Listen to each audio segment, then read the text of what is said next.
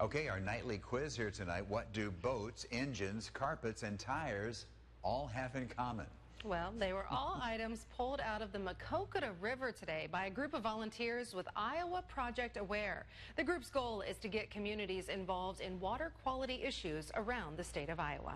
KWWL's Ashley Neighbor joined those volunteers today to actually learn what goes into cleaning up these waterways. In fact, Ashley joins us live right now. She's in that great city of Dubuque.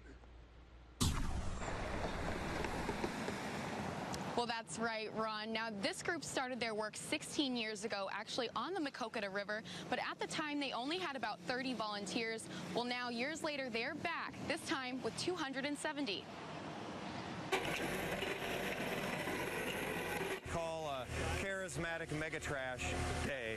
People like to pull that stuff out, load it in their canoes, and drop it in the roll-offs. These are the sights and sounds of boat engines and carpet. A lot of carpet, like all of somebody's living room. Among other things, leaving the Maquoketa River.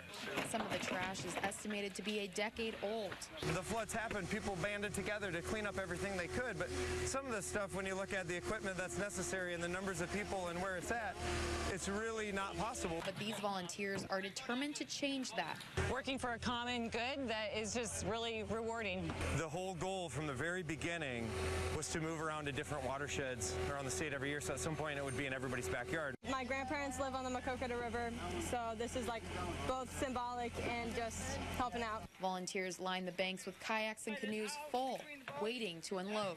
Dumping things near the river is as big a problem as in it, because banks will erode and stuff up here will wind up in here. The trash makes its way to the river in different ways across the state. I think one thing we all agree on is it shouldn't be there. It's the stuff we can see and we can do something about.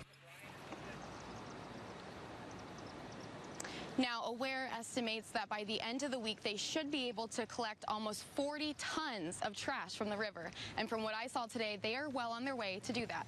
Live in Dubuque, Ashley Neighbor, News 7, KWWL. Ashley, thanks very much. And of course, as you look at that, boy, look at this amount of stuff that can be recycled there, all that old metal and stuff like that. And every year, by the way, the group picks a new watershed to clean, and this year it's the Maquoketa River. And for more information about how you can get involved, just go to our webpage, kwwl.com.